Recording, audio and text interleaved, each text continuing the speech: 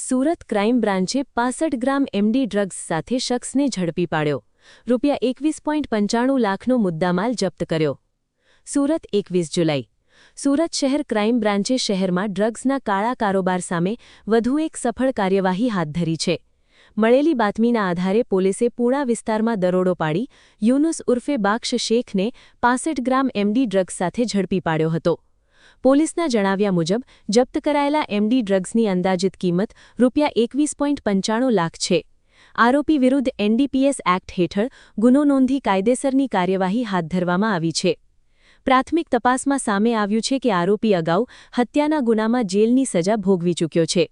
પોલીસના દાવા મુજબ છેલ્લા કેટલાક મહિનાથી તે ડ્રગ્સના ગેરકાયદેસર વેપારમાં સંડોવાયેલો હતો. ક્રાઇમ બ્રાન્ચ હાલ આરોપીની સઘન પૂછપરછ કરી રહી છે. ડ્રગ્સનો જથ્થો ક્યાંથી મંગાવવામાં આવ્યો હતો, કોને સપ્લાય કરવાનો હતો, તેમજ આ રેકેટમાં અન્ય કોણ કોણ સંડોવાયેલા છે તે અંગે તપાસનો ધમધમાટ શરૂ કરવામાં આવ્યો છે. પોલીસે સમગ્ર ડ્રગ્સ નેટવર્કનો પર્દાફાશ કરવા તપાસ વધુ તેજ બનાવી છે.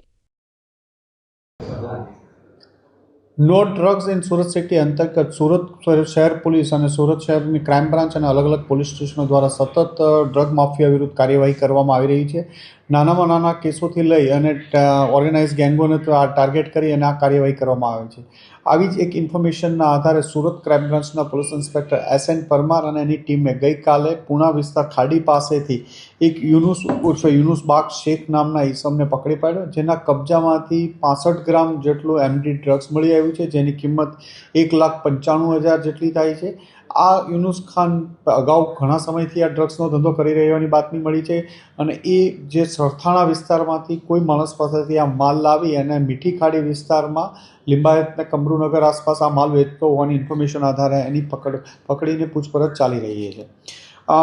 યુનુસ વિરુદ્ધ અગાઉ પણ અલગ અલગ મર્ડર જેવો ગુનાઓમાં પણ પકડાઈ ચૂક્યો છે. 2017માં એક મર્ડરના તલવારથી મર્ડર કરવાના કેસમાં શાબીર નામના માણસના કેસમાં 2017થી 21 સુધી જેલમાં હતો અને છેલ્લા 4-5 વર્ષથી છૂટ્યો હતો અને છેલ્લા 6-7 મહિનાથી આ ધંધામાં સંડોવાયેલો હોવાની માહિતી હાલમાં છે. એને પકડી એની વધુ પૂછપરછ કરવામાં આવી રહી છે. સર, અહીંયા કોને વેચતો?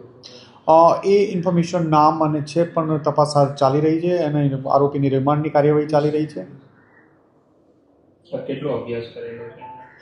એ જમીન લે વેચનો ધંધો કરેલો છે, અંડર ગ્રેજ્યુએટ છે અને જમીન લે વેચના ધંધા સાથે સંકળાયેલો માણસ છે.